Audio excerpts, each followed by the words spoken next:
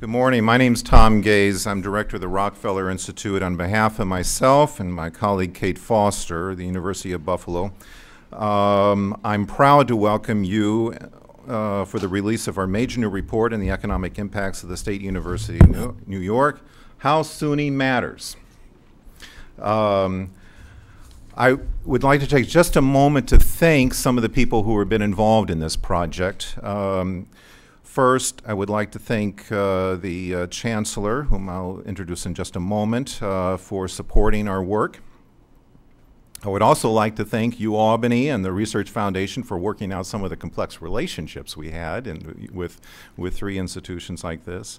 And I would also like to thank the co-authors of the report, Rachel Tiemann, David Schaefer, and David Wright, plus a number of other people who have made important contributions to the report, including Brenda Steins, who is an absolutely great graphical artist, Lisa Montiel, Brian Stenson, and a number of others, both here at the Institute and at the University at Buffalo.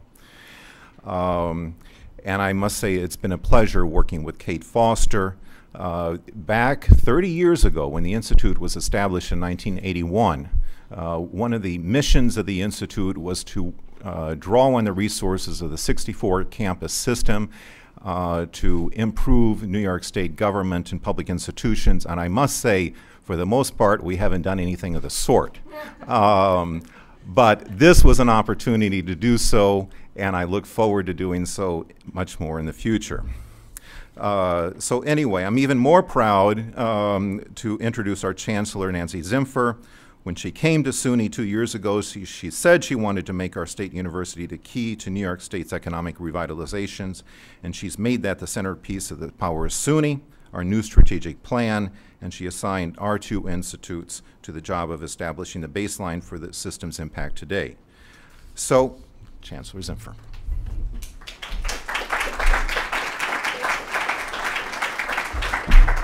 Well, good morning, everybody. It's wonderful to have you here. I certainly thank you on behalf of the Rockefeller Institute of Government and the UB Regional Institute.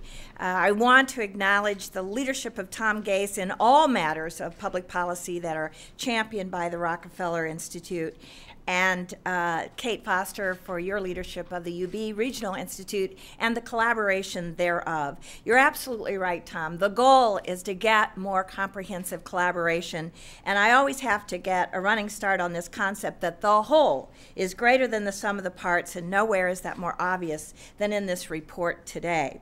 I do appreciate the fact that there are faculty, staff, students, friends, legislative representatives, and fellow scholars who do this kind of work on a regular basis and are therefore very interested in this report.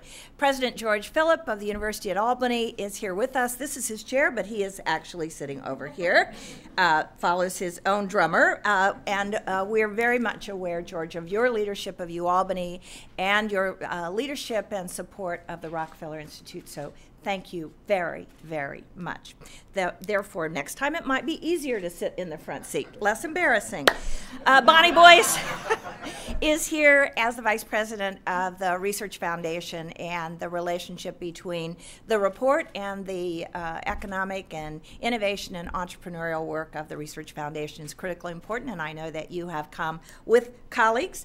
The SUNY Executive Committee has representation in the person of our Provost, David LaValle, our Vice Chancellor for Community Colleges and the Education Pipeline, Johanna Duncan-Portier, Jen Laturco, who is working on the front lines of the evolution of these regional economic development councils, and a special word to Caitlin Gambrill, who, as you know, is our leader of strategic planning and all things connected with that plan, including brokering and guiding and maybe even pushing toward deadline this report today.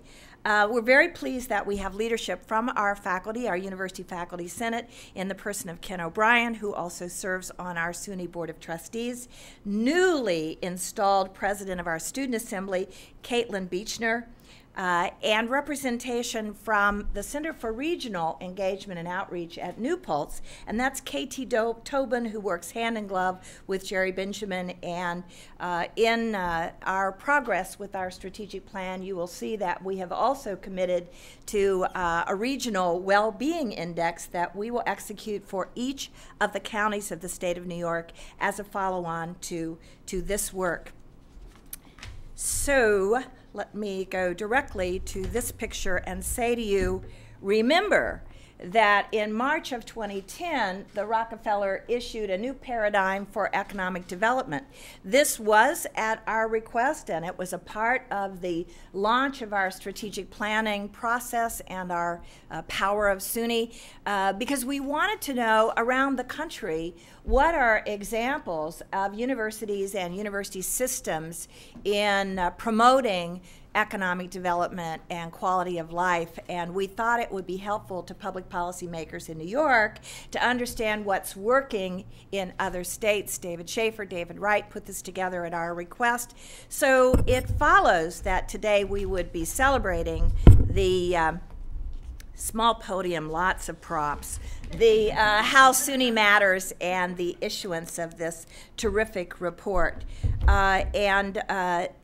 It coincides with the recent release of the lower right-hand corner, which is our first ever SUNY report card we released a couple of weeks ago as a follow-on to the upper right-hand corner, which of course is our strategic plan. All of this material is on our websites and readily available to you. This is a map we have really been following throughout the past 2 years. Actually, the good news is that this is the singular regional map that is guiding public policy and economic development for the state of New York. And I say that for those of you who have some history in New York where every agency had a different regional map. So the good news is that the Empire State Development Corporation and the Department of Labor have settled on this 10-region map of the state of New York. The bad news is that not everybody likes where they were deposited. So I'm sure that this will work its way out as we form these regional economic development councils. But what it shows you is the distribution of our 64 SUNY campuses, and it is, in this respect, the report folds in with our ambition to be the economic engine for the state of New York by proof of concept. Governor Cuomo has embraced our role in economic development, so this report speaks to that.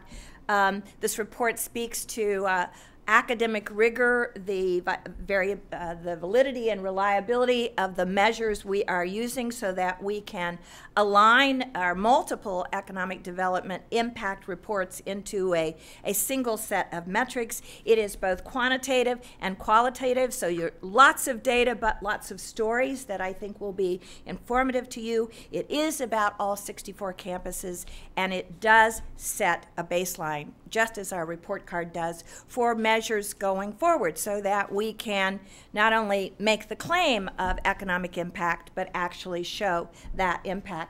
And then lastly, it is important for me to note that we have been given a huge boost by Governor Cuomo in the establishment of NY SUNY 2020.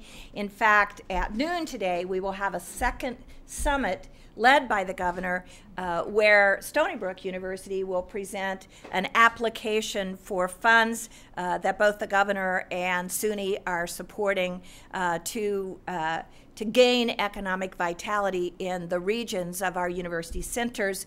A week ago, we had an application presented by the University of Buffalo, today Stony Brook, and shortly thereafter, our hope is that we will have applications from the University at Albany and Binghamton University, and yet another platform for us to move the economic agenda.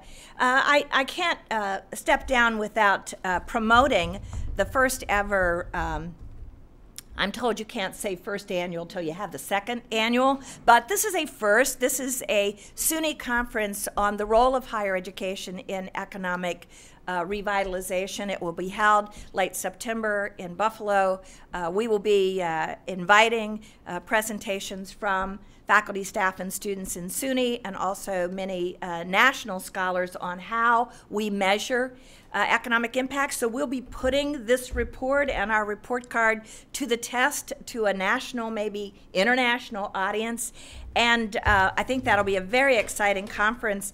And in 2012, just to prove that we really intend to pursue this annual conference idea, we will be talking about systemness and the value added of system. And given all that you're reading in the Chronicle and Inside Higher Education about systems in, systems out, we better take up that issue in earnest as well. With that, hoping I haven't made too many mistakes about the impact of this report, I give you Kate Foster. Kate?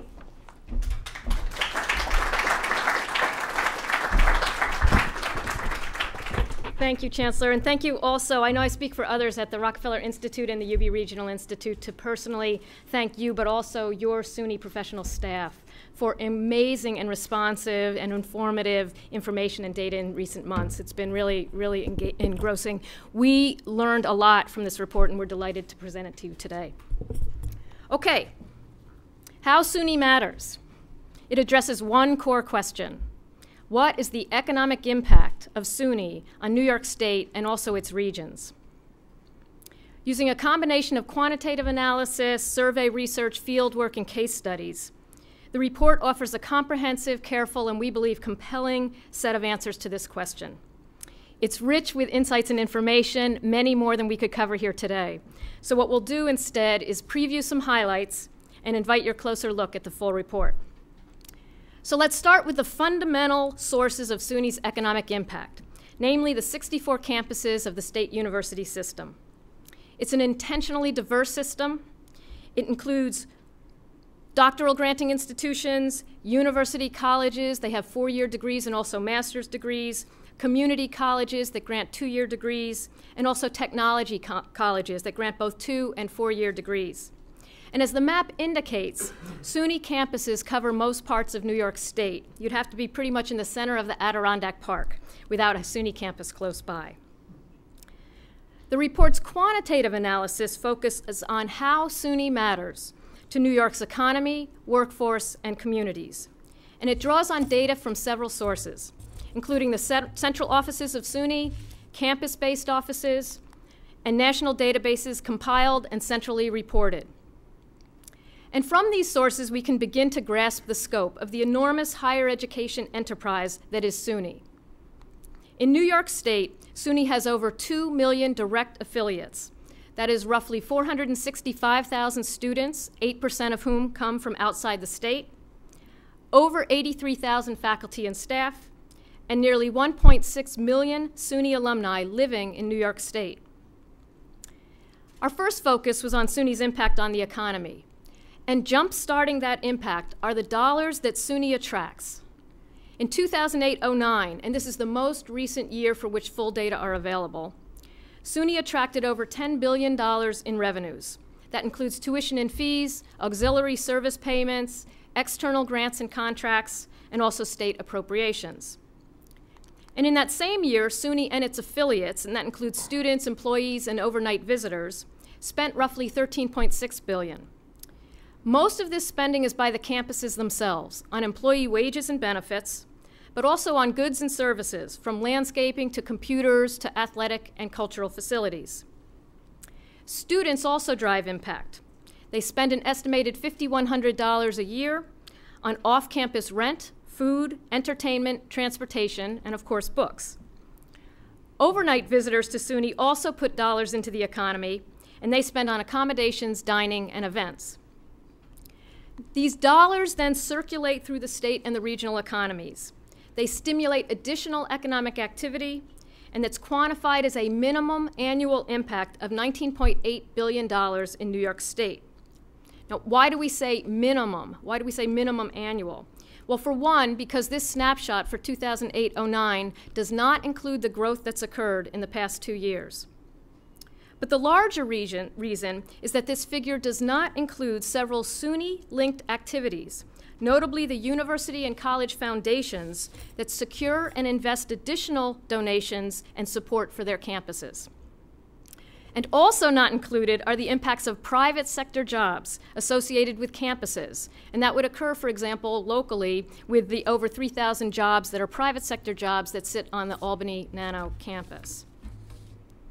Still, SUNY's $19.8 billion in economic activity is already a huge economic engine. It directly or indirectly supports 173,000 jobs across the state, and it generates $460 million in income, sales, and property taxes.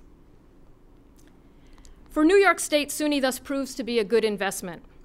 $3.9 billion in state support for SUNY yields $19.8 billion in economic activity, translating to a more than 5-to-1 return on state investment. The report next explores how SUNY matters to the New York State workforce. And let's consider first the workforce impacts of SUNY's New York State-based alumni.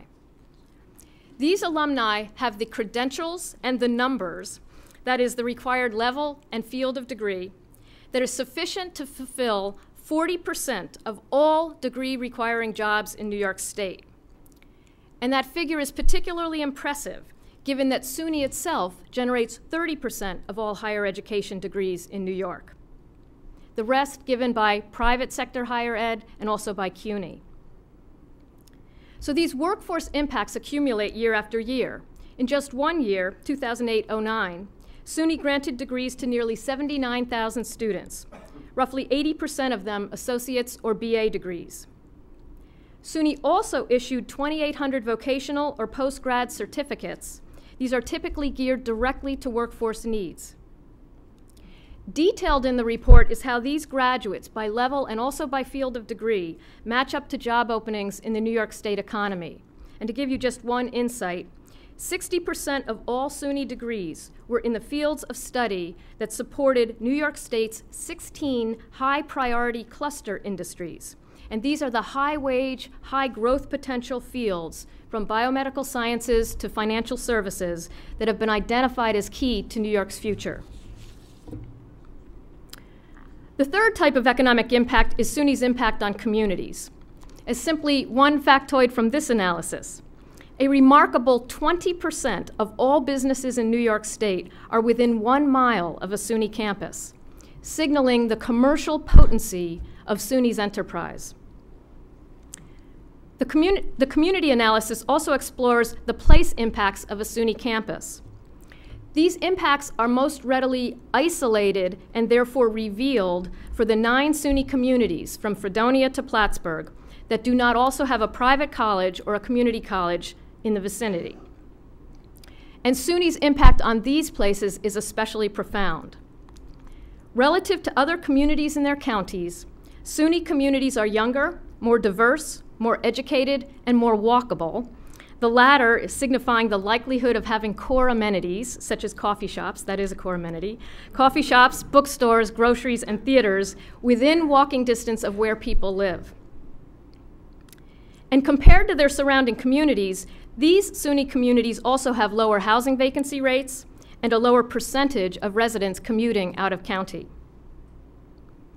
Finally, the largest section of the report details the economic and workforce impacts of SUNY on New York State's 10 regional economies. And one key element is quantifying for each region the economic impact of its SUNYs, as summarized here. And what you can see is, of the 10 regions, 6 garner nearly $2 billion or more in economic impact from their SUNYs, again defined as we did before, led by the $3.9 billion generated by Long Island's 5 SUNYs and the $3.7 billion generated by Western New York's 8 SUNYs. And while it may appear at first glance that the $604 million impact of the North Country SUNYs pales by comparison, it certainly doesn't when you consider that this region has a total population of 236,000 people. Now, since we're reporting from Albany, we'll use the Capital District to illustrate the range of regional analyses that you'll find in the report for each region. Each analysis first situates the region, and it identifies its SUNYs by number and type. It also enumerates the SUNY's population, the region's SUNY's population. In this case, 219,000 students, employees, and alumni. And we show this number as a proportion of the total regional population. So for the Capital District, SUNY affiliates represent an impressive 21%, that's 1 in 5, of the Capital District's total population. That number rises to 37% for the North Country. For each region's student population, the regional analysis includes a map showing their home origins. The more intense the color, the more students from that zip code region. So for the Capital District, for example, roughly 2 in 3 of the SUNY students stayed in their home region for school, and that's that big blob, that dense blob that you're seeing over Albany there, while another 26% migrated in from other parts of the state, primarily the New York City area and in metro centers across New York State. The rest originated from outside New York State, and for international students, the report identifies their most common national origins. And you can see here China and South Korea at the top, and incidentally, these 2 nations are in the top 5 for every one of the 10 regions. The student analysis also reports the percentage of SUNY students in that region by their minority status, origins from a low-income zip code, and status as a non-traditional student 30 years and over. For the SUNY alumni in each region, in this case 166,000 grads, the regional analysis gauges both the region's staying power and its attraction by enumerating how many went to school at one of the region's SUNYs and stayed, and how many migrated into the region after graduating from a SUNY elsewhere. Finally, the regional analysis matches SUNY alumni to their region's job needs, again taking into account the level and field of degree. For the Capital District, for example, there are enough SUNY alumni living in the region holding the appropriate degrees to fill 100% of the Capital District's job needs in art, and this is a category that includes fashion to fine arts. It's fairly broad. The same goes for agriculture degrees and in differing amounts for other Capital District needs by field. So for example, simply by their numbers and their training, there are enough SUNY alumni in the Capital District to fill over 70% of the jobs in law and public service that are needed in this area. Now, this doesn't mean that SUNY alumni are filling those jobs. We would actually need a different kind of survey to tell us that. But it does show the significant potential impact of SUNY training on the regions of New York State. And with that, let me turn it over to Tom Gase, who will complete the presentation.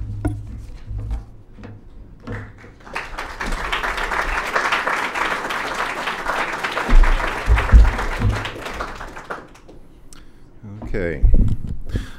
Thank you, Kate. Thank you very much. Kate's presentation shows how SUNY campuses provide economic anchors to the communities, to their faculty, their students, their graduates, and their expenditures. I'll discuss another side of SUNY's economic role. What are SUNY campuses doing to increase future economic productivity and growth? So we will be looking at a blank screen. Here we go. We will be looking at all the materials that SUNY campuses have to bring to bear on economic activities, whether it be their technical expertise, students, ideas, facilities, space, teachers, graduates. And we also looked at the kinds of ways in which people within the universities make connections, either through small business offices, through faculty, incubators, et cetera, all for economic growth. I should say, just as a note, that it would be hard, to my mind, to really overemphasize the importance of these issues. Chancellor Zimpher already mentioned the New Paradigm report that we put out a bit over a year ago. And I must say that when I read that report about a year and a half ago, a first draft of it in the winter of 2009, 2010, it was, and I have to say, I usually don't get particularly emotional about reports that the institutes point out. It was in the very few, both optimistic and evidence-based reports that I've seen about an important aspect of the U.S. economy. There are not too many really optimistic and evidence-based things that are written about the U.S. economy, but this is critical. It is something that is based in real practices. It is grounded in one of our nation's most competitive and successful industries and in the global marketplace, namely the higher education system. And although there may be, and there certainly are many pathways out of the slow growth economic trajectory that we're on right now, I really think that this has to be one of them. So I would recommend that you read that report as well as the report that we have today. We relied in this report, there we go, on several different data sources. The survey of university college presidents about the initiatives. Again, we did a survey in all 64 campuses. Survey of economic development officers about the facilities, services, incentives, and other resources in their piece. And there were a number of bar graphs that I'll show, but I won't really have time to explain them very much as we go through. And then we use those initial surveys to determine what places do we want to find out more and conduct site visits, interviews, phone calls, collect public documents to find more to understand and write about these projects and activities. Now, I can't cover everything in this report. I really recommend all of you read it. You don't have to read it from the very beginning. You could be like the old Methodists. You just sort of let things fall open, like they used to treat the Bible. And you read, and there's probably some providential reason why it comes to page 685, and you have Fulton Montgomery. That would be a perfectly appropriate way to deal with it. But if you want to read it from front to back, fine, but I can't talk fast enough to get through everything. So I'm just going to mention a few of the basic points that I think that are really important to get out of this report. First, we found that SUNY universities and colleges provide an extraordinary range of direct and often customized services to state and local businesses. There are many services provided, including employee training, helping and improving manufacturing processes, market analyses, as well as assistance in finding grants and other financing. Now, no doubt, and you will find in the report, the most impressive array of services were found among the comprehensive doctorate granting institutions. And we devote a major part of the report discussing these institutions and their offerings, such as UBuffalo's training for small business entrepreneurs, as well as the innovative business-friendly gateway that the Buffalo campus provides for employers. And we also talk about Stony Brook's Cradle to Fortune 500 approach to business assistance, and the other major universities as well. But it was interesting in this context, so we found examples of services offered by campuses within each major type of college university, including university colleges, technical colleges, and community colleges.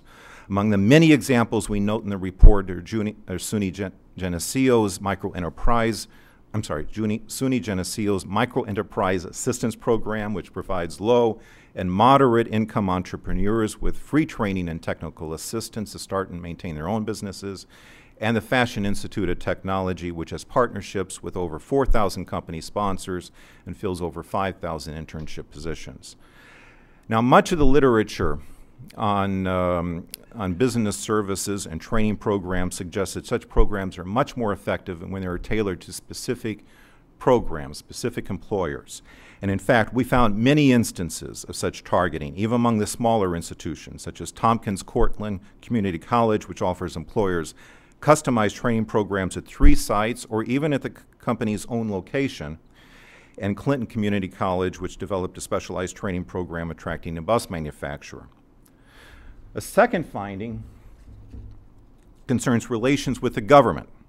We found that several SUNY campuses were already working closely with New York State and local government agencies in performing economic and workforce development functions. Now, in contrast to some other states, New York's economic and workforce development agencies and its public universities have not always had the reputation of working closely together. But we found several examples of successful local-level collaboration in New York, examples that should be useful models when the state decides to move in this direction, and it certainly seems to be doing so. For instance, Cayuga Community College combines all the college, county, and town's economic development efforts within a single facility, and we found one-stop centers for federal and state workforce development programs in Corning Community College and Columbia Green Community College. And I should also note, of course, the small business development centers 24 of them across the state, many of which are located on our campuses. Third,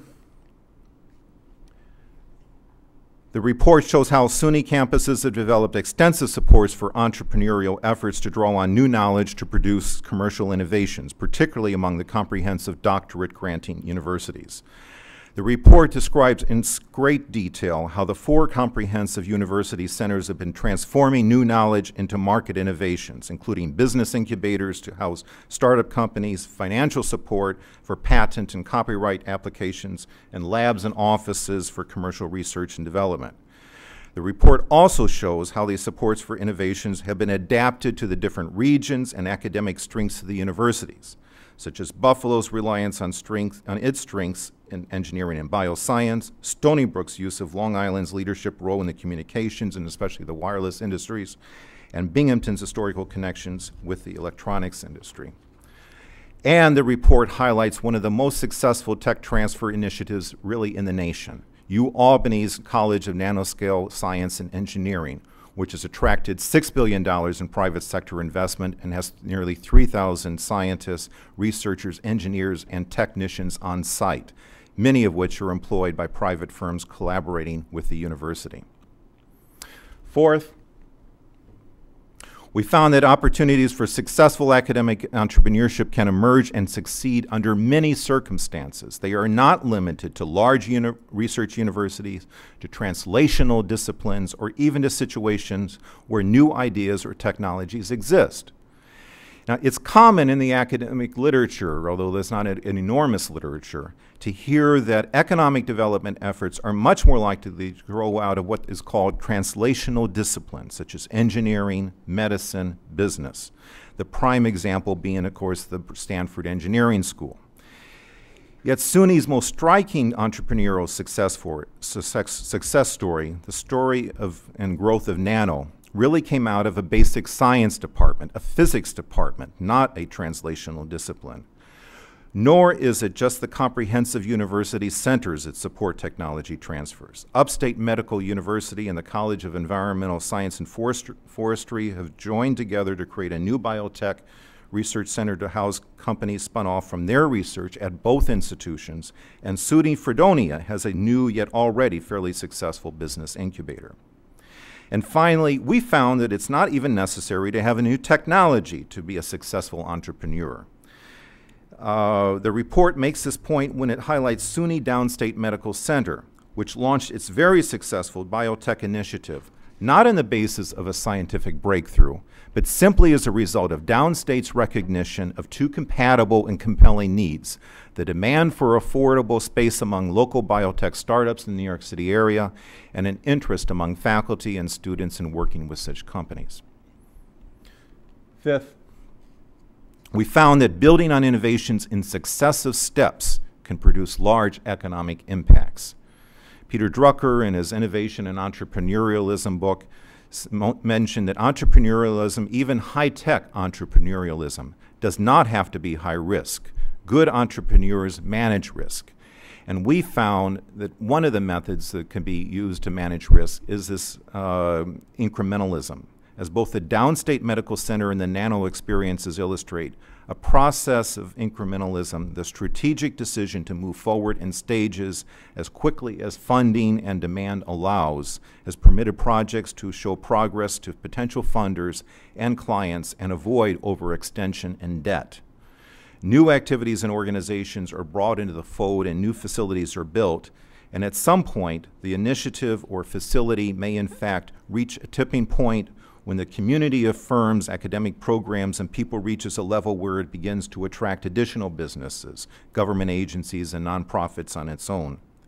We certainly see this in Nano, but another prominent example was Downstate's getting the International AIDS Vaccine Initiative to move into the Brooklyn Army Terminal. The quality of the AIDS Vaccine Initiative and their staff, their prestige of their staff and their wide-ranging activities was, as one Downstate administrator said, like having a model home in a new development. It's the example that really shows the idea of what can be done and helped fill out the rest of the terminal.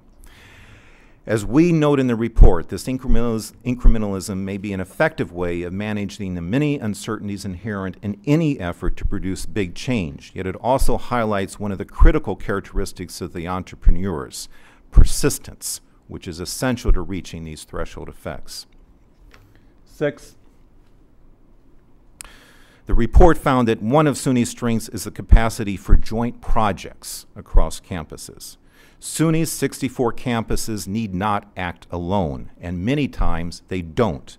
The study uncovered many instances of cooperative ventures across campuses, from the strategic partnership for high-tech employers to the group of 6 community colleges in the Mid-Hudson region and their creation of the Clean Energy Technology Training Consortium, to the new dual degree program in medicine and nanoscale science offered by Downstate Medical in UAlbany.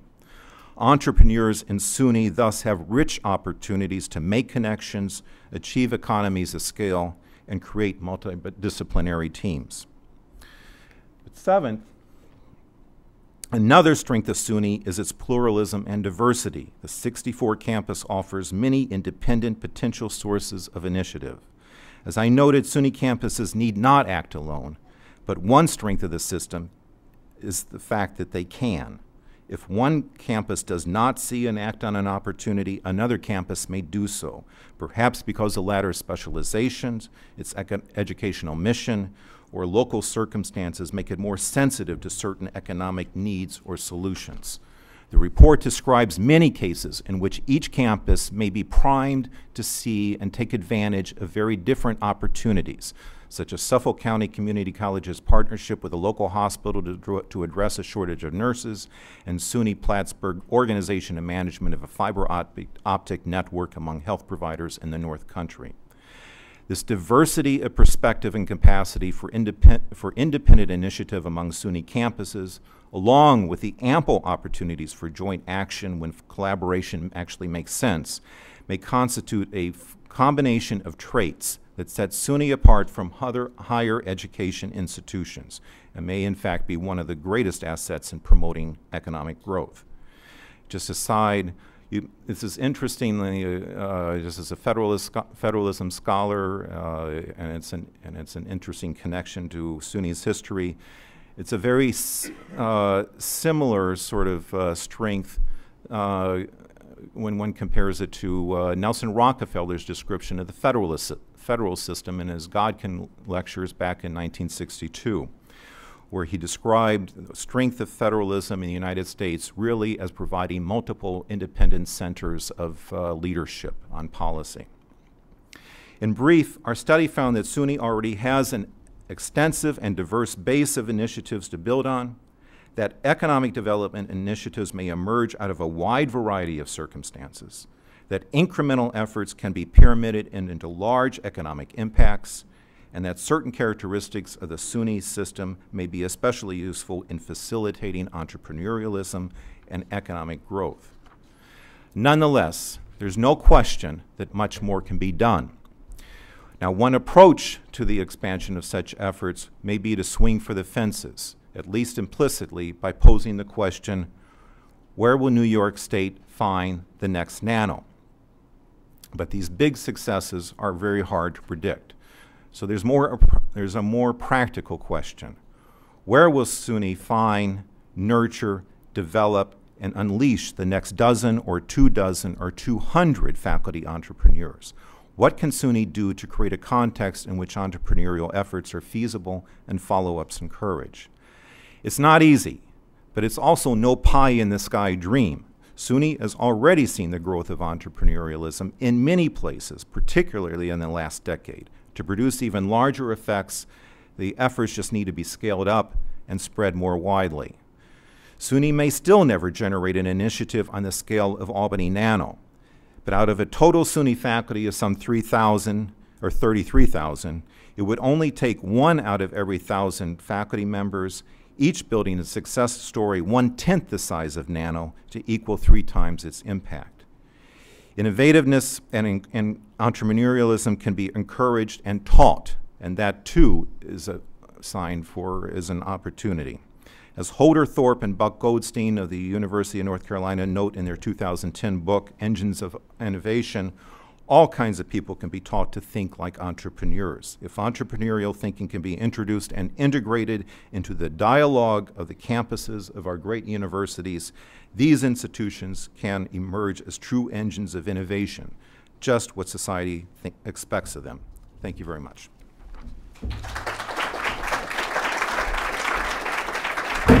Whoops. Well, I want to thank Tom and Kate for really managing, as you can see, a great deal of information in a short amount of time and succinctly give us this overview. So in this formal presentation, we had just that, and now we would welcome questions, comments, advice. This is in a series of points of information that SUNY is distributing, calling this work baseline work for precisely the purpose of receiving challenges and advice and refinement of our work so that we can establish an annual reporting mechanism that really shows quite clearly what we're about and what our impact turns out to be. So I, of course, am probably not the one to answer the questions. That will be Tom and Kate. So I will pull them back up to the podium. I'll step to the side and gladly call on anyone who has a comment, including any extension that any of the co-authors would want to make as well. Comments? Yes, thank you. You were so brave. Who are you? Seth Gilbert, SUNY Council. Hi, Seth. I'm just going to ask how the regions were determined, how you determined where campuses fell.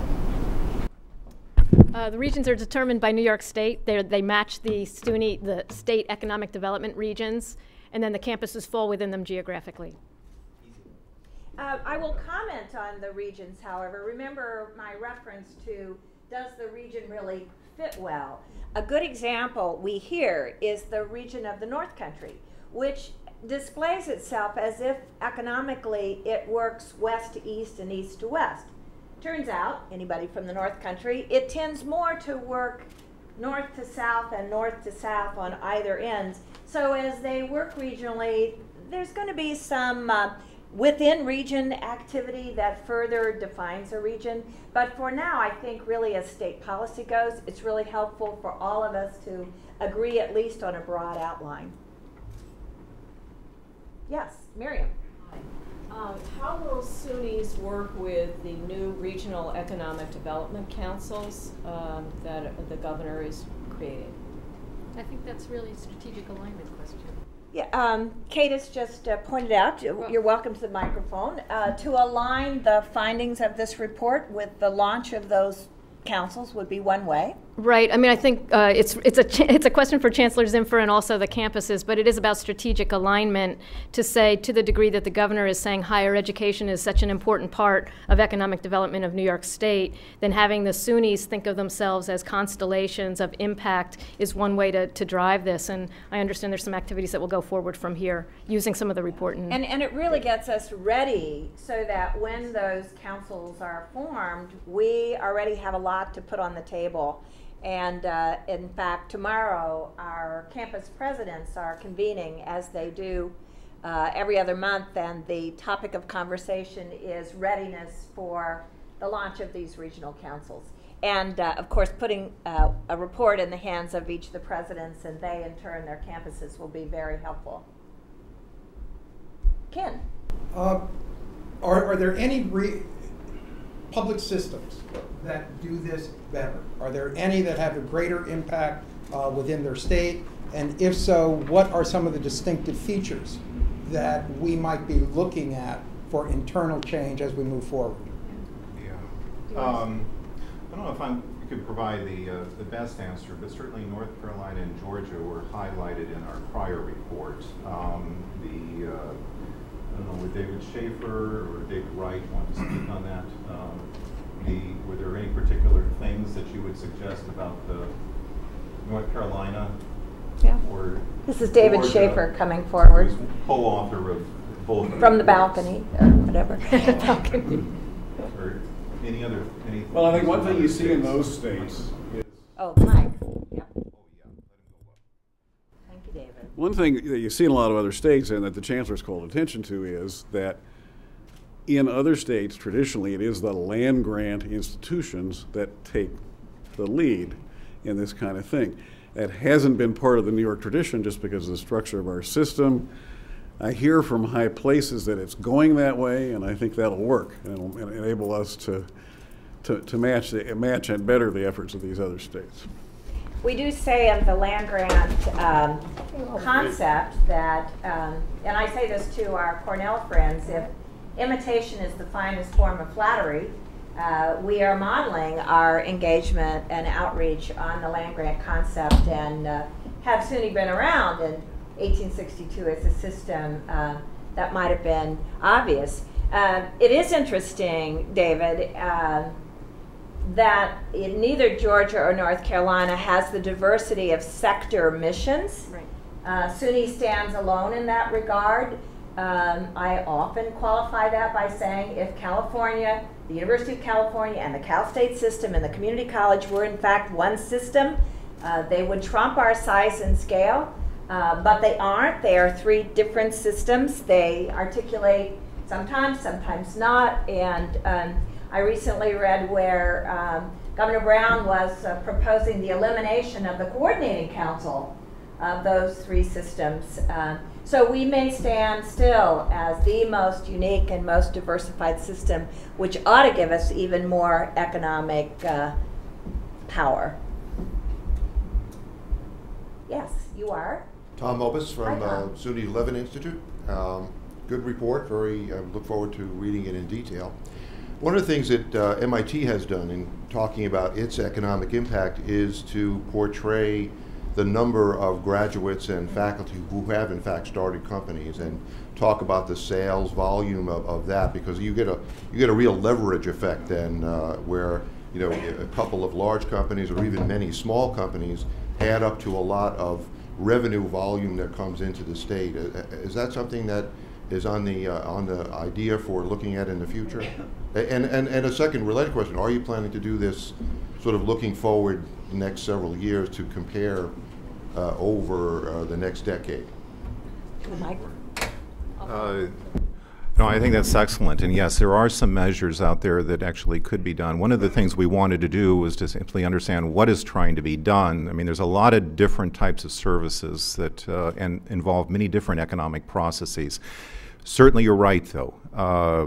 The startup companies by graduates, by faculty members and so on would be a critical measure. That will be one of the issues that we'll take up in the fall conference, which is devoted to measurement.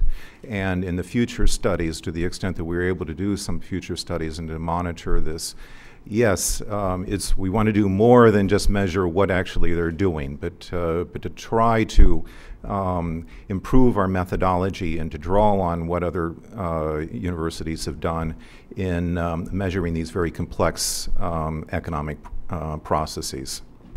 This is the crosswalk, too, Tom, of the recently issued baseline report card and this study, because we need a data system that allows us to follow our graduates into careers, right, entrepreneurial or organizational in nature, and to be able to submit on an annual basis the progress thereof. So it really will help unpack some of the claims that are made in this report.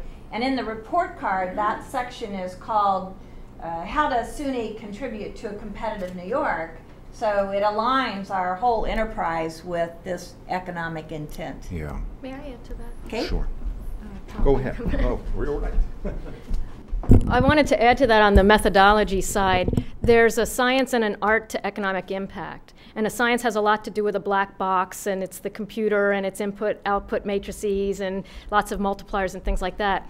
But the art of it is in defining what your institution is and how many ripple effects and how many sort of degrees of separation you go out. And MIT has taken a very, very broad scope by saying we'll include not only our own operations, but the operation of every student and every alum, et cetera. And at some point, part of the challenge of comparing these numbers, you'll see numbers all across New York State as well, not just simply out of state.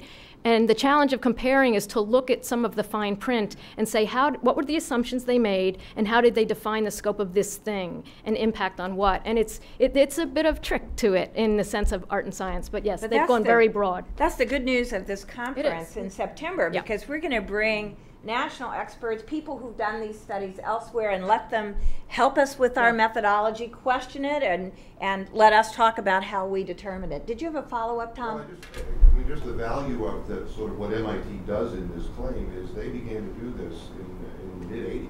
Yeah. And it has lasted for 25 years. And they have continued to say, if you look at the economic outcome of our graduates and Right. our faculty, it's the equivalent of a large country, France or something like that. I mean, that's pretty darn impressive. Well, I'm sure that with the numbers that SUNY has, it could be pretty darn impressive if you add it all together. So we're on a tear to find each of the 3 million alumni, many of whom have settled in New York, but not all. Not all, right. And to make that claim, for years people have said, where are the SUNY alumni? And we have it in bits and pieces. Some campuses do a really good job of it. Others are just growing their alumni relations. But that's key to expanding, or maybe this is all in the category of the multiplier effect, but we're going to get there. And today is step one. A couple of other questions? Yes, you are. Jeff Straussman, Dean of Rockefeller College. Hi, Jeff. Affairs and Policy. I'm going to phrase this perhaps in an indelicate way. Higher education is a bare knuckles competitive sport. And in the state of New York, in some of these recent regions, there are a number of private colleges and universities. So perhaps this is a policy question and partly a technical question.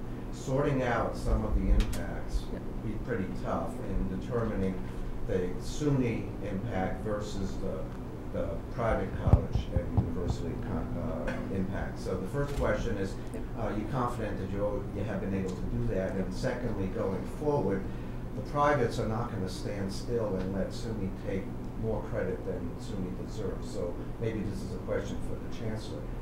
What's the game plan?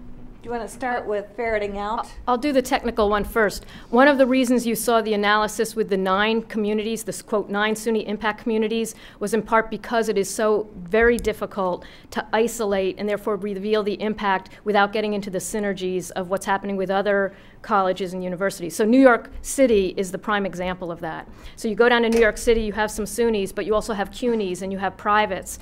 And the ultimate effect is really a higher education effect more than it is any individual school. And it's so difficult to tease out, which is why we punted a bit and went to the 9 impact communities, where we said we'll choose places that don't have a series of other higher education institutions, privates right around it. But it's a very difficult unraveling. We do it in part by using the data that are only for SUNY, but there's no question that synergies happen with higher education in general. When you get a lot of young people around, the vibrancy is not solely from a SUNY student, it may be from a higher ed student in general. So you're absolutely right on about the fundamental point about the technology of it.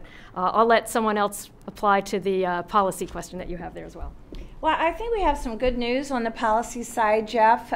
For almost 2 years now, thanks to the convening power of IBM and our own SUNY board member, Linda Sanford from IBM, we have been at a table monthly for almost 2 years with the research universities of the independent sector, with the Vice President for Research from CUNY, and with our research institutions, that would be Group 1, with large corporations that really have a huge impact on New York. That would be IBM, GE, Xerox, PepsiCo, Corning, Pfizer, and that's a second cluster. Imagine this table. Sometimes it just kind of lifts right off the ground. And a third category being the Business Council of New York State and the Partnership for New York City. And we have been looking particularly at the question of, if you will, the whole is greater than the sum of the parts. What are particularly the STEM areas where New York can lay claim to leadership? Not surprisingly, nano, energy, life sciences, and high-performance computing. And I am more optimistic, frankly, than ever that we can pull off this kind of public-private collaboration. I've lived in 2 other states where this kind of a table never really got formed. And so I suspect that eventually this group, which goes by the informal nomenclature of the Armonk Group, will actually comment on the whole of higher education and make a statement on behalf of the role of higher education in New York. And yeah, it's a combat sport, but we're doing really well at it, talking to each other and partnering up for federal grants and the kinds of things that can really make a difference for New York. So hope, optimism that we can do this together. One more comment. Arthur. How does the report face the challenges that we have in the global economy?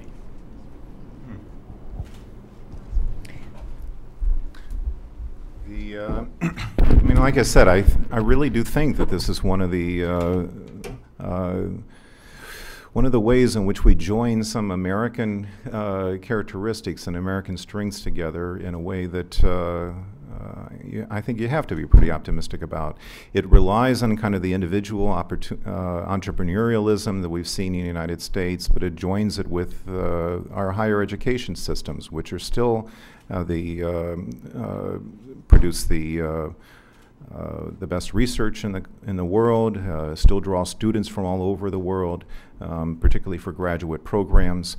And to my mind, this combination, which is it's been going on at some level at places like Stanford and MIT and others for some time, but to really to have such a wide range of universities and colleges involved in really opens up a new set of opportunities that I think will be critical for economic growth. It is an important strength for the United States. Again, it won't be the only pathway out of this slow growth period, but it has to be one of the core opportunities for U.S. and New York State growth.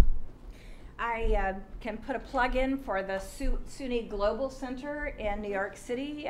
Tom Obis is here from the center, and perhaps others. We are developing another data system we call UCosmic, and it is documenting where in the world SUNY institutions are growing relationships not only with other higher education institutions, but with business and industry around the world. And this data system will feed the report card, will feed the annual economic impacts studies that will be forthcoming. So if you start with a report on the economic impacts of the State University of New York and you end with how SUNY matters, I think you have the whole picture. I want to thank each and every one of you for coming today. I certainly want to thank the Rockefeller Institute of Government and the UB Regional Institute in the person of Tom Gase and Kate Foster and all the people who worked on this sterling project. Thank you and good afternoon.